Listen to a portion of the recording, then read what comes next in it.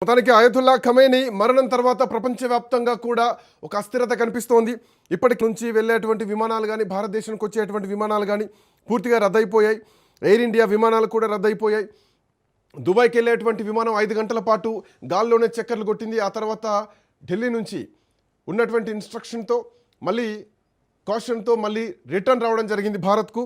అటు Mumbai to London, Delhi to Birmingham, Delhi to Amsterdam, Delhi to Zurich, Delhi నుంచి మిలన్కు, ఢిల్లీ నుంచి వియన్నాకు, అట్లాగే బెంగళూరు నుంచి లండన్కు వెళ్ళేటువంటి విమానం కానీ, ఢిల్లీ టు కోపెన్హాగన్ కానీ, ఢిల్లీ నుంచి లండన్కు వెళ్ళేటువంటి విమానాలన్నీ కూడా మొత్తం కూడా రద్దయిపోయినాయి.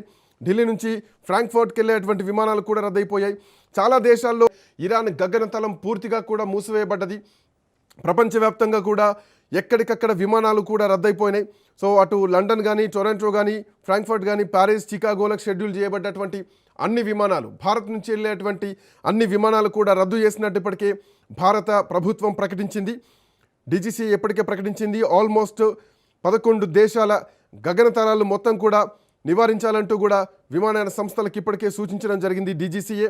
సో ఆయా సంస్థలన్నీ కూడా ఎక్కడికక్కడ రద్దు చేయడం జరిగింది. సో ప్రయాణికులు ఎవరు కూడా ఎయిర్పోర్ట్స్కు రావద్దంటూ కూడా ఇప్పటికే భారత ప్రభుత్వం కానీ ఆయా విమానయాన సంస్థలు కానీ చెప్పడం జరిగింది. సో అటు ఖతార్, బహ్రెయిన్, కువైట్ లాంటి వైమానిక ప్రాంతాన్ని కూడా ఇంకా కొంతకాలం మూసివేయడం జరిగింది.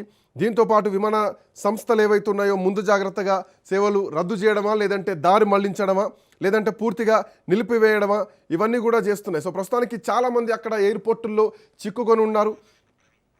రైట్, న్యూస్ రూమ్లో మా ప్రవీణ్ ఉన్నారు. రైట్ ప్రవీణ్, సో ఖమేనీ మరణం తర్వాత ఖమేనీ ప్రభుత్వం అటు నిరసనలు కూడా పెరుగుతున్నాయి. ఖమేనీ మృతిపైన అటు శ్రీనగర్లో నిరసనలు పెరుగుతున్నాయి, దేశంలో కూడా అక్కడక్కడ నిరసనలు పెరుగుతున్నాయి, ఢిల్లీ నుంచి కూడా రియాక్షన్స్ వినిపిస్తున్నాయి. సో నెక్స్ట్ పరిణామాలు ఎట్లా ఉండొచ్చు, ఏం అప్డేట్స్ ఉన్నాయి ప్రవీణ్ మీ దగ్గర?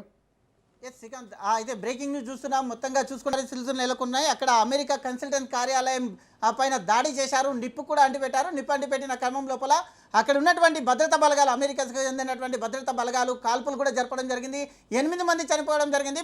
మొత్తంగా కూడా చాలామంది గాయపడినట్టుగా కూడా ఇప్పుడే ఆ తాజా వార్త అయితే అందుతుంది. మొత్తంగా చూసుకుంటే కనుక అయితే ఈ సందర్భంగా ఆ యొక్క కాల్పులకు తెగబడినట్టుగా కూడా తెలుస్తుంది. ఇరాన్లో పడగిన పరిస్థితి తెలుసుకుంటే కనుక ఇరాన్లో కూడా ఇరాన్ రాజధాని టెహరాన్ సహా పలు నగరాలలో భారీ ర్యాలీలు, నిరసనలు చేస్తున్నారు. మత పెద్దలు, విద్యార్థి సంఘాలు నిరసనలో పాల్గొంటున్నట్టుగా తెలుస్తుంది. మొత్తంగా విదేశీ జోక్యాన్ని ఖండిస్తూ నినాదాలు చేస్తున్నారు.